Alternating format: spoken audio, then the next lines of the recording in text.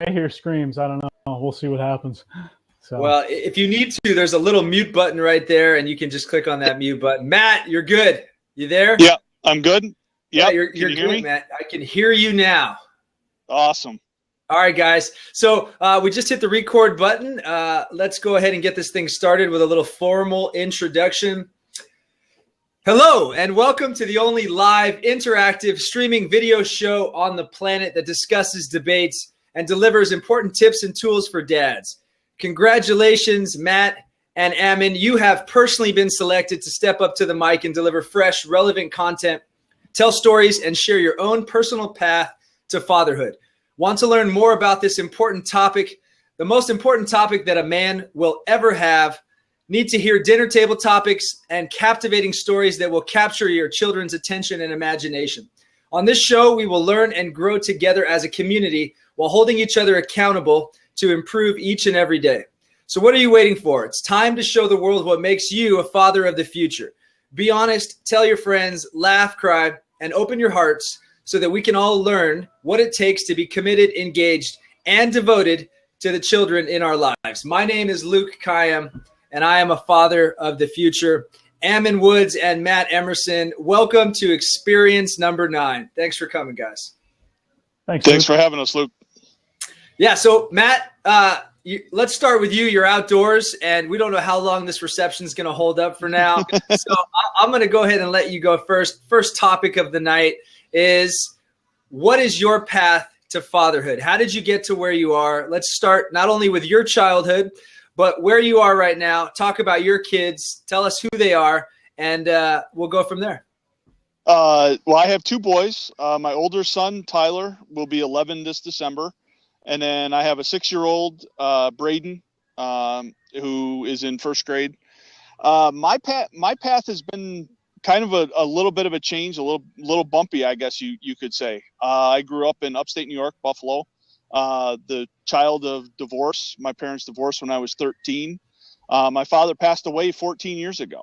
So, but he was also, I grew up in a family of teachers. Both of my parents were teachers. My dad was my basketball coach in high school. And really it was, for me, really kind of understanding as I've walked this path with my boys of, how can I be better, and how can I be influential in their lives the way that my father was in mine. And you're not with your kid's mom, right? Were you guys ever together? Tell us about that story, and what's it like being a single dad? Yeah, I am. We're divorced now, coming up on 5 years, and it's, amicable. We really do parent together, and we're on the same page with what they need. We communicate through, modern technology of text messages, and when we see each other at things like, baseball practice, baseball games, and work our schedules so that the boys have both of their parents in their lives very, very fully. And tell us about work, because I know you travel some for your business. Tell us what that's like. It makes it a little challenging at times. I do travel. I travel pretty much throughout the Western United States at times, doing different training along with selling for work. So, but I have control of my schedule, which is really kind of the nice part about it. And that's one of the aspects of taking the jobs or career paths that I've taken, is if there is travel involved, that I have control of it, so I don't miss out on baseball practice. I'm able to be at school, to be able to do things with them. And I'm not putting all the burden on my ex-wife of having to take care of the kids all the time. So. Now, are you dating now? No.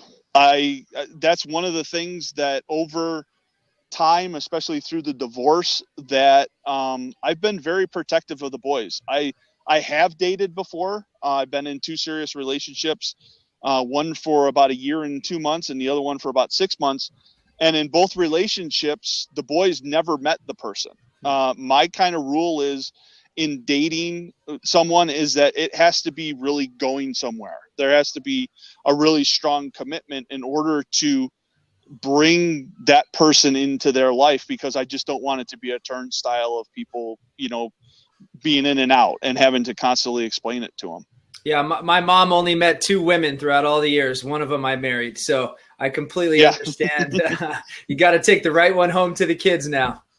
Exactly. Luke, are we gonna hold up his phone number for all the ladies out there?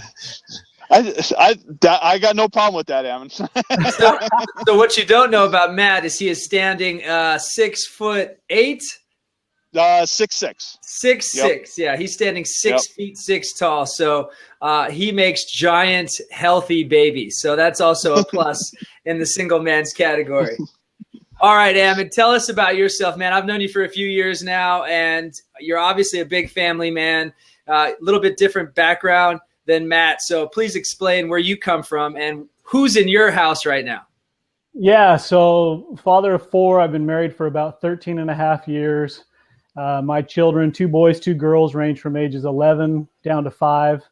Our household is nuts all the time. But I grew up a little bit different than Matt. I would say I almost had the fairy tale upbringing, right? Both my parents still married. My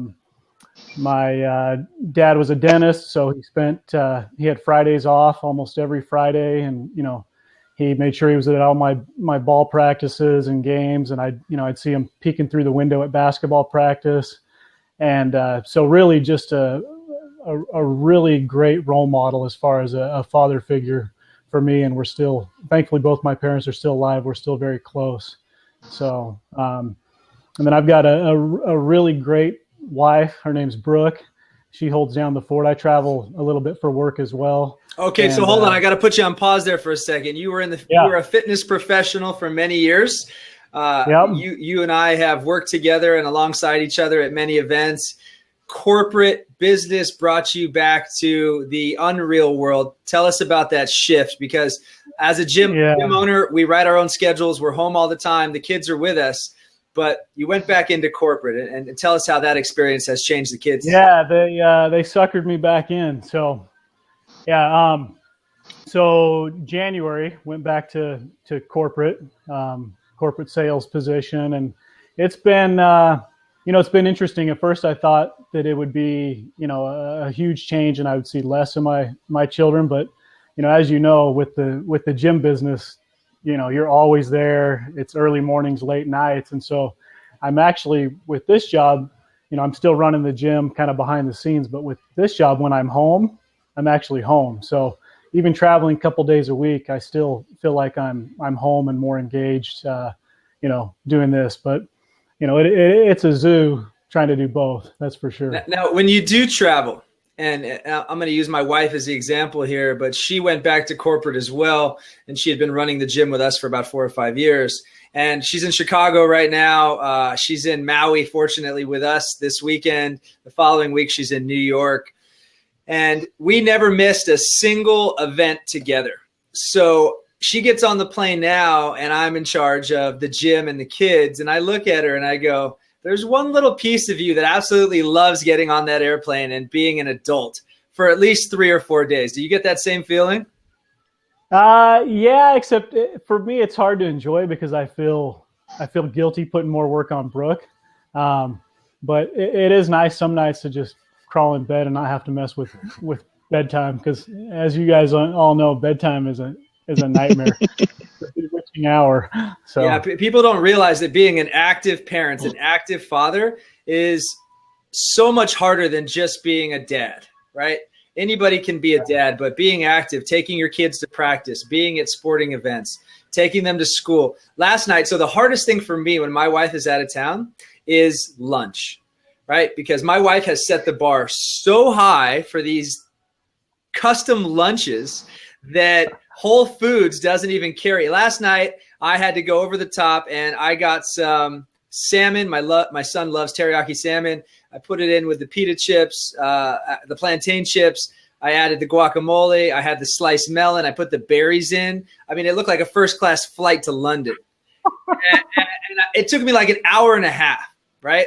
So, that's one of those things that I hold dear, especially when she goes out of town. Not only the survival of my children, but the well-being and, trying to keep that bar up nice and high, because I'll ask them, hey, guys, you guys want to get lunch in the cafeteria? No, it's gross. No, it's nasty. All right. you guys want to get a Lunchable? No, it's got wheat in it. No, nasty, right? So it's our fault that they have now become food snobs.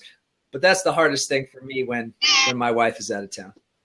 Yeah, I keep trying to make it over to my house for lunch, or to your house for lunch. The pictures that you and Knox are posting of those lunches, I'm like, you got to be kidding me. Thanks for making us look bad. Pretty insane. My son wouldn't eat popcorn this weekend because it was microwave popcorn, and we haven't used the microwave in 2 years in our house.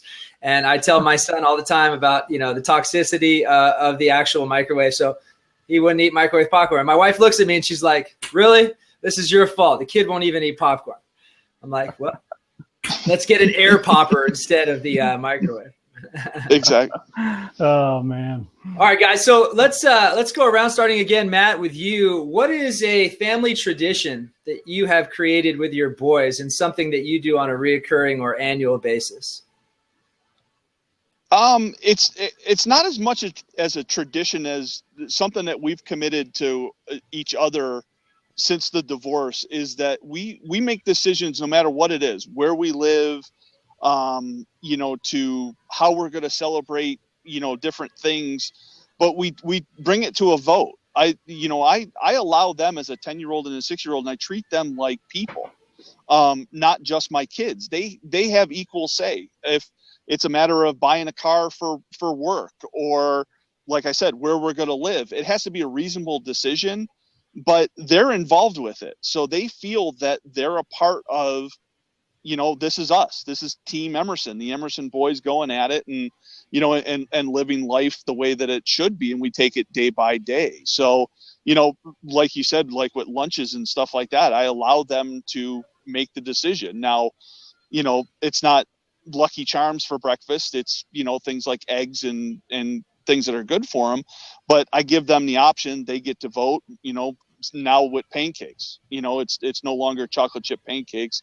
It's, healthy pancakes and, not the syrup and stuff like that. So I've taken some of that stuff out, but I allow them the opportunity to voice their opinion and to make decisions, little or small, throughout the process. And, they respect That's that. awesome. So, Ammon, you've got almost 40% more mouths to feed coming out of your house. What is cooking, shopping, prepping like? Because for 2 or 3.5 for us, it's a process.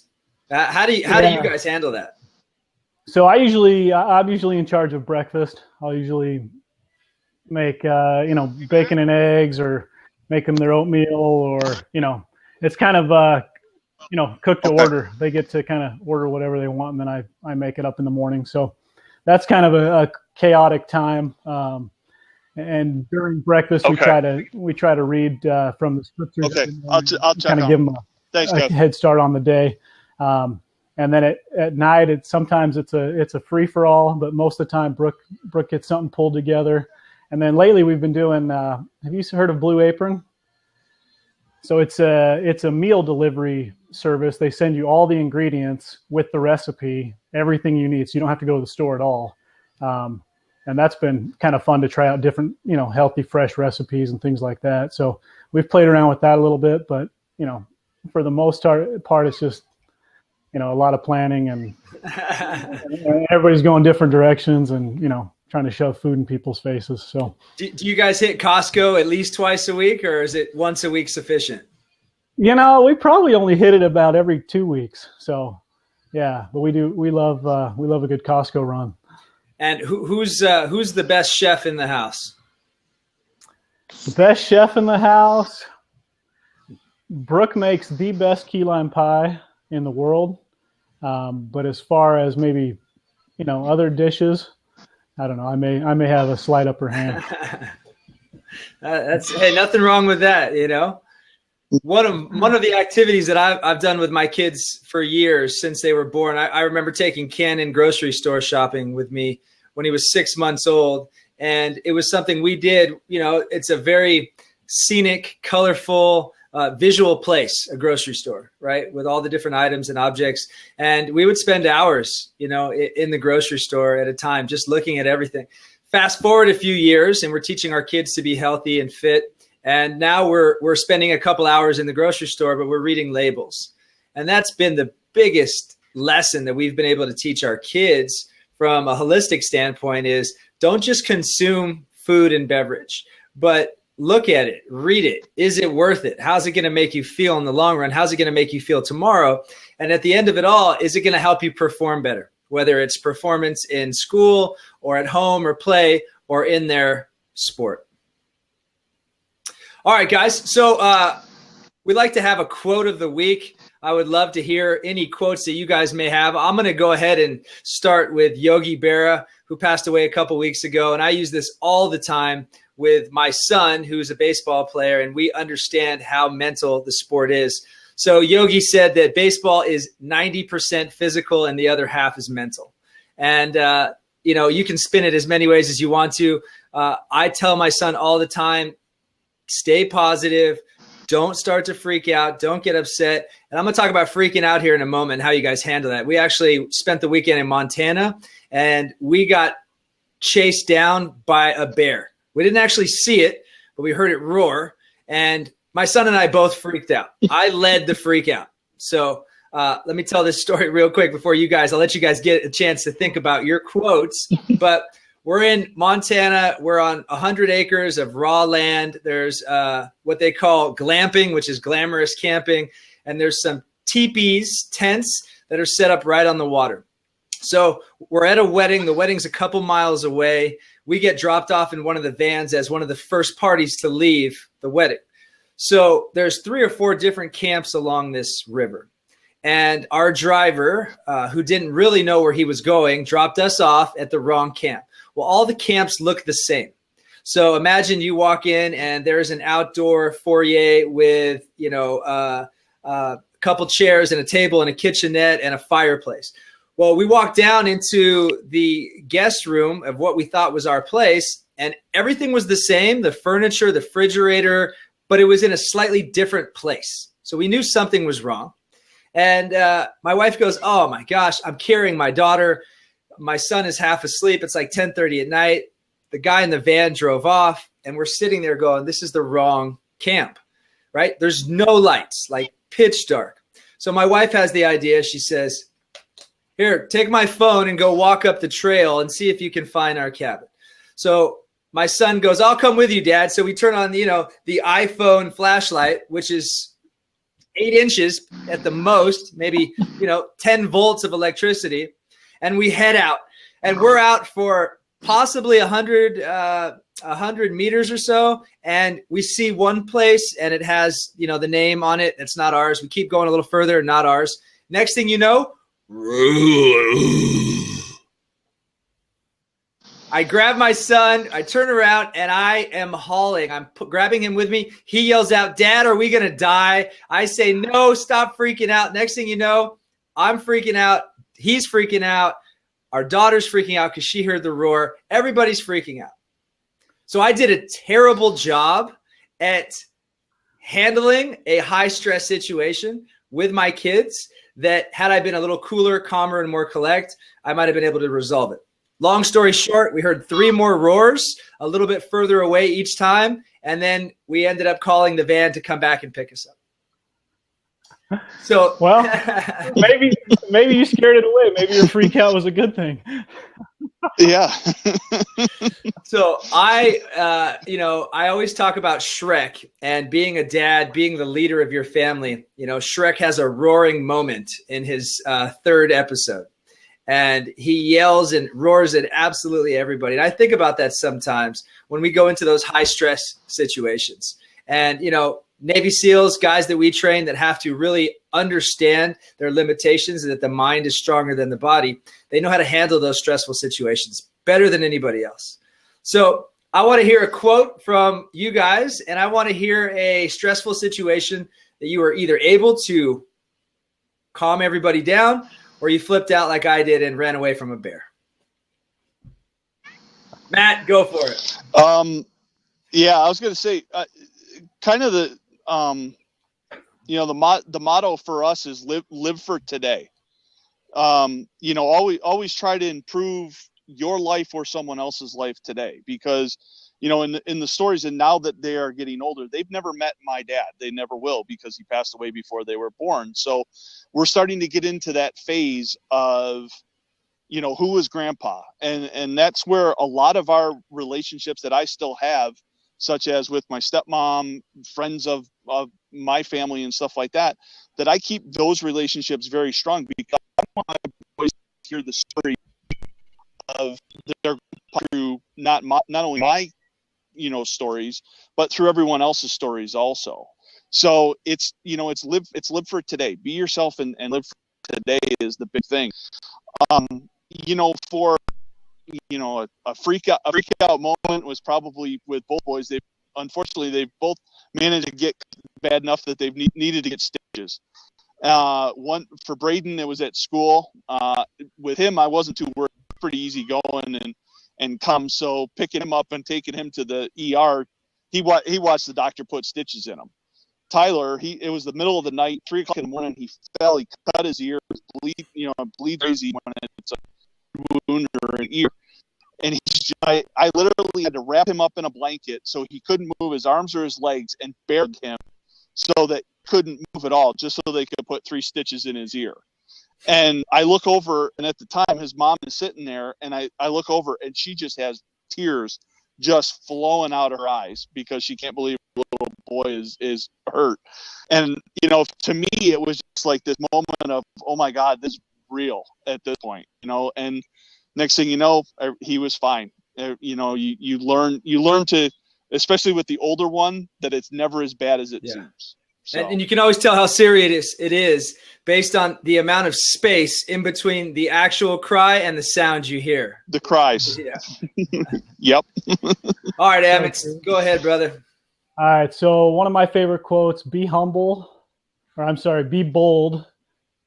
stay humble, be teachable, and be thankful. I think I've posted that a few times, but I think that, you know, I think being thankful goes a long way. You know, sort of like Matt says, right? Try to have a positive impact on people's lives every day. And one of the things we've tried to do with our children is regularly create experiences where they can give service. You know, we've gone and done Feed My Starving Children and found some different service projects where the kids can go and spend some time and get that good feeling from helping others and seeing that, you know, there's a lot more out there, and life's pretty good behind the gate, as I say, you know, in the gated community, but there's a lot more out there, and there's a lot to be thankful for. So yeah, my daughter was complaining last night that the guacamole at Whole Foods was not up to her standards. And I sat there for a second and I went, listen, okay. Like we say up here, the air conditioning is cold in Scottsdale, right? We say that all the time with all these other gyms running the swamp or doors open, and we're, you know, spending as much money on the electricity bill as we are the actual rent. The air is cold in Scottsdale. Well, guess what? The guacamole flows like a river at the KAYYEM house. And, you know, I do not want spoiled children, right? And there's one thing to be spoiled in the sense that they get to do things and they get to travel the world and they get to enjoy things that, you know, we always wanted, and we always wanted to be able to provide for them. And then there's the spoiled of the kid or the brat that you see who is just completely annoying and does not respect anybody or anything. And those are the kids we don't want to have, and we don't have. But that was something right away that, you know, we tried to nip in the butt, was not having bratty kids. That's a hard thing. Right. You got 4. So, you know, how do you constantly balance the good, the bad, and the sometimes extremely challenging with each one of your kids? Yeah, good question. So, you know, some children are more challenging than others. They just come that way. You know, we've tried really hard to let them all know that they're special, but they're not any more special than everybody else, right? They're, you know, like you said, we want them to be spoiled. We want to be able to provide great experiences for them, but we don't want them to be brats. We want them to be, you know, shareful. We want them to look for the underdog. We want them to, you know, to have good friends and more importantly, be a good friend. And so, you know, one of my sons freaked out today. He missed school for a couple days with a fever, so he has a bunch of homework to do. His bike that he was riding fell apart today. He had to go to piano lessons, and so he was out in the backyard just having a complete meltdown, totally overwhelmed, and yelling, "I'm not going to piano. I'm not going to piano." And so I said, "Okay, Boston, you can either go to your piano lesson or you can pay me for your piano lesson." Well, I don't have the money. I said, "Then you can do chores until you pay it off." Well, how much is a piano lesson? I said, "I don't know, like $50. And so he angrily goes and gets his book and goes and gets in the car. And, he was angry in the car, but I knew he doesn't have the guts to be angry in front of his piano teacher. So he got there and was fine. But, I think you've probably seen this, Luke, with your kids. Each one you sort of have to handle differently based on their personalities. My son Ryder, I can just say, "Ryder, I'm so disappointed," and it's just tears, right? I mean, he'll come hug me later and apologize, and other ones, you have to make threats, and then you have to follow through with them. It's awful. It's a lot more work. Following through with threats is probably my biggest downfall. And I was talking to a couple other dads about this the other day. Is like, my mom canceled Disneyland when I was 5 on our way to Disneyland. Okay. So good for her. Yeah. That takes serious follow through. Yeah. I tell this story to my kids all the time. We're going to cancel Disneyland if you don't start acting right. And I remember I was 5 years old. It was birthday week. I'd already been to Disneyland, I think, once before. So it wasn't my first time, but I was a complete annoying brat. So much so that we were living in Palm Springs, Disneyland's in LA. We probably got to Banning. We may have only got out to Palm Desert. I don't remember at the time, but we didn't go. We got turned around. And I think about that all the time because as young fathers or even fathers who just enjoy the same kind of things that our kids do, we don't want to miss out on that. No, we hate it. Right? Absolutely. Right. The fear of missing something like the FOMs. Like I'm one of those guys that, the kids like this weekend in Montana, Mom and I, nobody else took their kids. There might've been one other set of kids. This was a 40+ wedding. It's only 100, 150 people at this resort. We brought our kids and they were terrible all weekend. I mean, absolutely terrible. We both rated them C minuses. They rated themselves D pluses. And it wasn't fun. It wasn't cool. And, we talked about it on the plane. We talked about it when we got home, but the lack of structure. So they were pretty much able to just run wild on this farm. The lack of structure in return shows that they need that structure, right? Every kid needs that structure.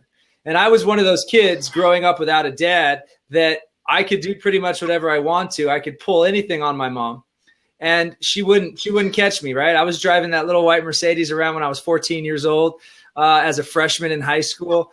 Had I had a dad to be there and been like, "No, man, that's not how you do it," might have had a different life during those teenage years. Oh, well, right? That's how I learned my experiences. But how do you keep these kids absolutely on track constantly, but give them enough room to be able to go and do things on their own so that they learn?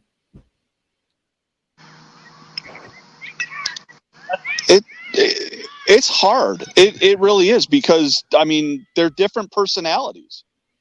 A perfect example is last week I picked up both of the boys at school. Tyler gets in the car and pulls out his report card, and it's his second straight semester where he's gotten straight A's. And I never have to ask him to do homework. I never have to push him to do that stuff. We get home and, like you said, the structure part of it is we get home, we get a snack, we start our homework, we get it done as fast as possible, stuff like that. I'm like, okay, come on, guys, let's do our homework. Tyler sits down without a problem, starts working on his homework. I'm like, Braden, where's your homework? Oh, yeah, Dad, I left that at school. And it's like, this is 10 minutes after the conversation of Tyler getting straight A's for the second semester in a row. And it's like, okay, well, you don't have your homework, but now we need to put in extra time of, reading a book or doing something else. And then when you go to school, you have to step up and explain to your teacher, you forgot your homework. You need to make that up. You have to ask for permission to be able to turn your homework in late because it was a Thursday night going into a Friday when homework was due. So, but it's walking that fine line with them and knowing their personality, but also, like I said before, treating them like, humans, like individuals, and playing to their strengths. Yeah, we used to joke around about this, but I've taught both of my kids from the time they were born. I've talked to them like one of my friends. I mean, literally, my son was 4 months old, and I was like, dude, are you going to continue to crap in this diaper? And I'm going to have to, just talking to him like for fun. And by the time they were 2 years old, right, the conversation was stop crapping in your diaper. You're 2 now, grow up, and let's get to work. And, right, they got it. I swear, my wife potty trained Camille on her 2nd birthday. Camille was going potty in her diaper in the living room, and Najla said, hey, are you going to grow up today and show us what a 2-year-old does and goes and sits on the potty? She walked over, pulled her diaper down, went up 2 years old. Like, that's unheard of. So when you talk about the first kid, right, Matt was talking about his first kid, my first kid, doing just about everything right, and that second one being a little bit more rebellious. Do you have that same situation, Ammon? No, well, no. So my oldest is my daughter, Tyler, and she's exceptionally smart. And I'm not just saying that because she's my kid. She's got a very, very high IQ. And so she did everything very early, to the point that, we went to one of her checkups and the pediatrician said she should be able to say, 15 words. And Brooke counted, and she could say like 70 something words, right? She's, her 1-year-old birthday, she's singing happy birthday. And I mean, so she was very advanced, right? So number 2 comes along and we're like, oh, is something wrong with him? Like, and he's a super bright kid too now, but we just didn't know, we didn't know what to expect. And, but he's a good kid. I would say my oldest daughter, she's a little bit too smart and too advanced for her own good. So she likes to push the limits. Yes. Where Boston, he complies a little more. And then our third rider, bless his heart, we were so overwhelmed. He sort of just had to fend for himself. So he would just kind of lay in the corner and take a nap because we had those 3 pretty much, 3, 2, 1, So let's talk about names for a minute. Where did you get your names from? What are their names, and who are they named after, if anybody? Sure. So my oldest daughter, Tyler, we first of all, we liked the name, but my youngest brother-in-law, his name is Tyler. So she's sort of named after him. The name Boston was interesting. It was one of the names that showed up on both Brooke and mine's list. That we thought was, kind of a cool name even before we met and got married. So no real meaning other than we thought it was a cool name. And we thought, Boss would be a cool nickname when he's playing sports and stuff in high school. And then same thing with Ryder, who's our third oldest. We just liked the name. We had a couple names picked out, and the nurse at the hospital started pushing us for a name. So we settled on that one. You had to get it out. Yeah. And then our youngest, Scarlett, we thought it was kind of a classic name, and it fits. She's a cute little energetic girl that, I'm in trouble on this one too. She's smart and she's sassy. So, yeah. Yeah. So, Matt, we were just discussing kids' names, how you got them, and if they're named after anybody, who are they? Well, actually, it wasn't the first name that really kind of came into play with ours. It's kind of like what Ammon said. We liked the name Tyler. The problem was of course at the time it was a very popular name, and so we were like, well, how can we kind of change it up a little bit? And the tradition in my family is that the oldest son gets the mother's last name or maiden name as their middle name. So I have a terrible middle name. So I was like, we're not going to stick to that tradition. And since my father had passed away, I was like, well, what about Tyler James? we'll give, we'll pass that name along to him. That way he could be Ty, he could be TJ, he could be Tyler. And then with Braden, it was really just, we liked the name. It was a popular name, and we kept the tradition. And he has Michael as his middle name, named after Candace's dad. So we've kind of started a little bit of a new tradition. And, for us, it wasn't anything really special except for the middle name. I wanted to be able to incorporate my dad's name, especially with Tyler. So. Yeah, that's cool. So my brother, who will be on the show next week, by the way, next week's show is coming at you live from Ka'anapali, Maui. We'll be out there. So Fathers of the Future, episode 10 will be out in Maui. My brother's going to be on the show, not by blood, but just by the time we've spent together the past 20 years. And he actually named Cannon, our first son. So we threw around a couple names. We wanted to have a name with the first letter K, so that his last name is KAYYEM and he could be called KK or whatnot. And we had a couple different ones: Camden, Connor, Caden, Kalani. Those are all my brother's boys' names. And one day we were talking, and he's like, "What about Cannon? Right? You want your kid to be a quarterback? He's going to have an arm." And at the time, we just hoped that it would work out, and and he does. Yeah, come to be. 9 years later, Cannon KAYYEM, he has a cannon. So that was kind of cool. My story about the middle name is cool, and I should have asked you guys this as well. But my middle name is Dino. Dino, like the dinosaur. So my mom was somewhat of a hippie. And when I was born in 1978, she was able to get me out of the hospital without a birth certificate and without a social security number. So fast forward 4 or 5 years later, I don't remember exactly, but my mom asked me what my middle name should be. I mean, this is a true story, right? And at the time, the Flintstones were a big hit. And we were talking about, Dino the dinosaur, and I really wanted it to be my name. And she said, look, if you want Dino to be the name, then that's the name. So my name is Lucas Dino KAYYEM. Fast forward to my son. We wanted to have some heritage in it. We didn't want him to be a junior. We didn't really love the middle name Dino, so we shortened it up to Dean. So he is Cannon Dean KAYYEM, and everybody's happy. Our daughter, we didn't know we were going to have a daughter, but we always said if we did have one, my mom passed away. We're pushing now 10, 12, 2004, just about 12 years. And our daughter's 7 years old. So we said always, if we had a daughter, she would be named after my mom's middle name, which was Camille. So automatic Camille. Then the middle name, my wife, my mother-in-law, and my grandmother-in-law all have the middle name Joy. So thus we have Camille Joy KAYYEM. Very cool. And those are the names of our kids. Very cool. Yeah, I like hearing that, guys. That's a great part. So next piece of this thing is just kind of talking about some activities that you guys may do with your kids.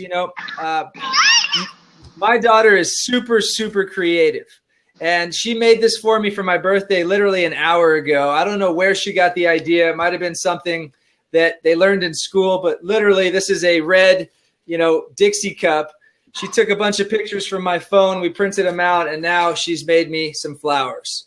So is it your birthday today? No, not at all. A couple weeks from now. But such a cool little thing. I mean, these are the things. This coffee cup, my daughter made for me as well, right? These are the things that we'll remember most, right? It's not a tie. It's not a pair of shoes. It's not a fogless mirror that my mother-in-law gets me every Christmas that never seems to work right. It's the little things that the kids make for us. And we have these 2 bins in the garage, one labeled with one kid's name, one labeled with the other. And every week we see the top artwork or the top poetry or the stories or the report cards that go in that bucket. And those are the things that we're going to, keep and take with us for the rest of our lives. Any things like that, any kind of cool activities that you guys like to do at your house? One thing I just started recently doing with my boys each night is when they get in bed, I go in there and lay on the floor, and I've been reading them a chapter of a book every single night. We finished one book, and we've started the second book in this particular series. But it's been fun to hear them discussing the book, just kind of during the day off to the side and, getting excited about it. And it's been kind of a fun bonding time, and, get them away from the TV, get them away from the Xbox, and, kind of help expand their mind. So that's been kind of a fun, call it a tradition, if you will, that I've started recently that I think I'll keep doing. That's very cool. Matt? It's a lot of different activities for us. It's anything from swimming, riding bikes together, going for a hike. But like Ammon said, I mean, it's, we try to read every night. We try to spend time. And that's one of the things of being a single father with split time is, Wednesday through this weekend, because it's my weekend, I have 5 days with them. It's really just the three of us. So, we don't do a lot of things with other people. It's, and we spend a lot of time together. And one of the things that we've started to do is cooking and trying a new recipe, on the weekend, every other weekend of trying something new. And, this week it's going to be, kind of a,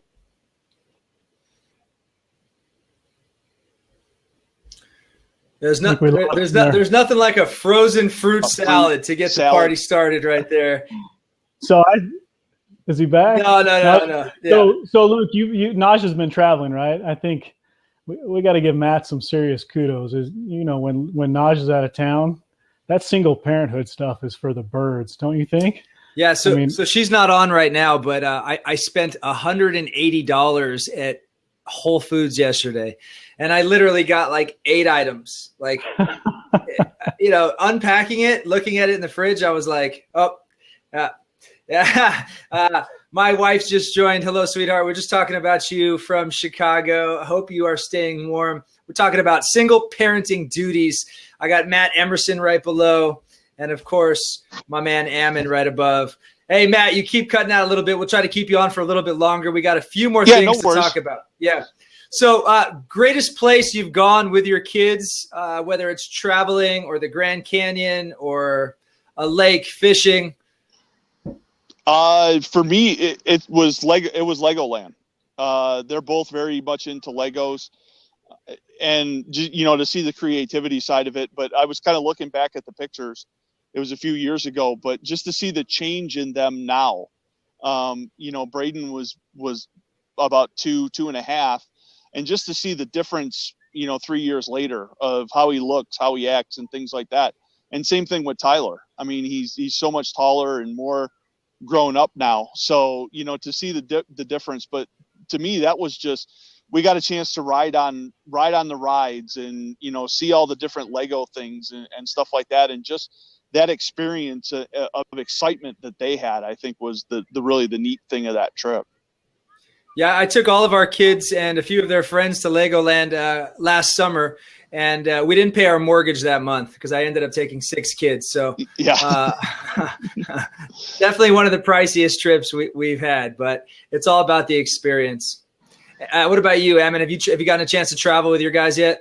Yeah, we did a really fun trip to Dominican Republic a couple of years ago. That was neat. The boys spent a lot of time trying to catch lizards and things that I wasn't sure if they were poisonous or not. But they also got to see, some of the poverty in that country, and it was kind of eye-opening for them. So that was cool. We took I call it a little ghetto cruise down to Ensenada, Mexico, this last year. And it was my first cruise, so I thought it was kind of fun. You can get ice cream all day long every day. But so we stopped off in Mexico and went into town, and we gave each of the kids a little bit of money and taught them how to barter and told them to go at it. And it was fun to watch their negotiating skills. Some of them were a little timid and would just take the first prize, and my son Boston was just working this guy over a couple, I don't know, slingshots or something. And he does the walk away, and the guy finally caves, and then he says, "Nah, I don't really want him anyway." And I was like, "Oh, gee!" So I had to slip the guy a little bit of money as I left, just because I felt bad. But that was kind of fun to watch them, kind of handle money, and just kind of a fun trip. Yeah. So we've done a lot of traveling with our kids. When our daughter was first born, she was when Cannon was 8 months old, we went to Maui. It might have even been, actually, you know what? I'm sorry. He was 2 months old, and we went for a family trip to Maui, and we spent like 10 days there. So since they've been able to pretty much sit up, we've been traveling. And it's great because they do understand culture. They do understand the good and the bad. And they do understand like that this world is big, but we can see it all if we want to. My son actually has a goal of going to every single continent with mom. That's his goal. So they've got one down. Actually, they've got two down with South America and North America. And there's a few more left on that bucket list. But definitely extremely exciting. Let's talk about gifts for a minute. So my son's birthday is coming up in just about 12 days. And we got a chance to ask him what he wanted. Well, he wanted to go to Maui. So it just so happened mom had a business trip there. We got to plan it around that. Spoiled rotten, but I guess I am too. So we asked him what one thing would he like. And he's really big into, nutrition and health. So we wanted a dehydrator so that he could make fresh dehydrated fruit and beef jerky. And he got it today. It came in. It's not his birthday, but he's at home right now with the tutor. And all he wanted to do was make some fresh fruit in the dehydrator. So those are the toys that last. On the other side of that, one of the worst gifts I think we ever bought was I got our daughter for Christmas a couple years ago, the Betty Crocker Easy Bake Oven. Thank you, Naj, for finishing my sentence. And of course, it comes stock with Betty Crocker's cookies, right? And it's got wheat and corn syrup and dehydrated all this junk in it. Nothing good at all. And it cost us an arm and a leg. We got it for Christmas, and it literally cooked 2 cooking sheets of cookies, and that's it. And it hasn't cooked a single thing since. So I highly recommend the dehydrator. I do not recommend the Easy Bake Oven. Any terrible gifts that you've gotten the kids over time? I've gotten in trouble a couple times for bringing pets home without consulting Brooke. So this last go round, I felt like Boston really needed a dog, and I told Brooke I was just going to go look. And, I came home with a Jack Russell Terrier, and she said, just to make it clear, I will not do anything with this dog. Right? She ended up liking it, but we had to get rid of Cody after I started traveling again because, it was sort of my responsibility. So now we have a tortoise that can live outside. If we forget to feed it, it's fine. He can eat the grass and the leaves, and so perfect pet for us. But trying to think of other dud presents. I don't know. I'm a big fan of Christmas, so I'm pretty jazzed that Christmas is coming up. So we've been asking, the kids sort of what they want, and we'll typically get them a toy, pajamas, something to wear, something to read. Pink bunny outfit, pink bunny pajamas. Yeah, no, that's mine. That's mine. So my daughter this year, I think she wants a mermaid tail to swim in the pool. Oh yeah, those are cool. I've seen those. Yeah. So I don't know. We'll see what. We're actually going to Maui for Christmas. Oh, that's great, man. So the presents have got to be small. Yeah, I'll send you an email with some really good restaurants and some cool places to go. Some hidden treasures for sure. Please do, yeah. I plan to see Anthony while we're there too. Oh yeah, that's great, man. He sold his gym. Oh, he did. He did, but he's still there. Yeah. Okay. Yeah, so I'm sure he can enlighten you with that message. But yeah, he moved on. Good for him. Yeah. Right. Yeah. All right, Ammon. Any parting words for becoming and being a father of the future? I know you're a great dad. I know you got a great family. We lost our connection with Matt there, but I know he's also a great dad. Any message you'd like to leave for the folks viewing that'll watch this later? I think a lot of people hold off from being a parent because they feel like they're not ready. And so my advice to those people is, hey, there's never a good time, right? And you're never going to be ready. So just do it. It's probably one of the most rewarding things you can do, especially if you're not just a dad. As like Luke said, if you're actually a father and you make your family and your kids a priority, it's one of the most rewarding things in the world. So that'd be my parting 2 cents. Ammon Woods, thank you for being a father of the future. We'll see you soon, my man. Thanks, Luke. Take care. See you. All right, guys, that wraps up experience number 9 with Matt Emmerson and Ammon Woods. Next week, we will be coming to you live from Maui, Hawaii for Fathers of the Future Experience 10. If you'd like to come on our show, please send me an email, Luke, Luke, at sickfit, SICFIT.com, and tell me your story and what makes you a father of the future. Looking to have a couple single moms or moms in general on the show in the next couple weeks as well. So this is open for anybody and everybody who wants to cultivate, create, and become a better parent along the way. Thank you. Have an amazing week. And don't forget to put in the time it takes to be an amazing father of the future.